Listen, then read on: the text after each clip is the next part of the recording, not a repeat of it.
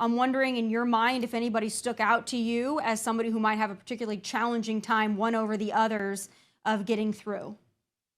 Yeah, I think all eyes right now are on RFK Jr.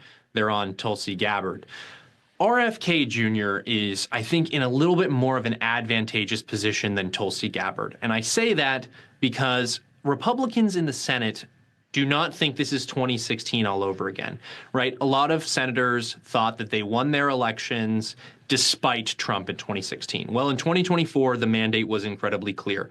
Donald Trump won the presidency, and Republicans were given the Senate and the House in order to enact the president's agenda. Too much of that fell by the wayside in the first term. And crucial to that victory in November was Bobby Kennedy's endorsement and bringing a lot of middle disaffected voters. I call these people the fringe middle. They don't necessarily believe that taxation is theft, but they definitely believe that the CIA killed JFK. Well, those people are in the Republican camp now because of RFK. And so they know that that choice is important for the coalition. The major lobby, obviously, against RFK is Big Pharma.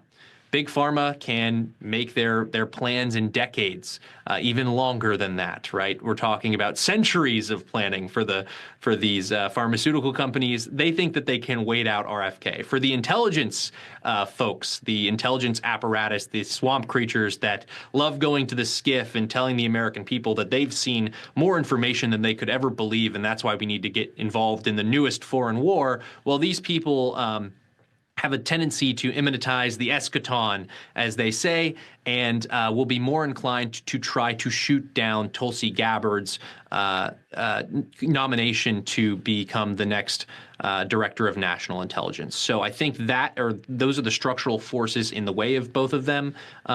But, you've seen Susan Collins and some other folks saying that they've warmed to the idea of Tulsi Gabbard. So maybe President Trump will get his complete team and there won't be any confirmations that fall by the wayside.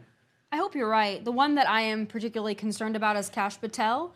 I just so desperately want him to get in that position. I think it's so crucial and so important. He also happens to be a friend of the show and a friend of mine, and I just think he's brilliant, and I think that he will absolutely clean house in the best way possible, but do it with a level head.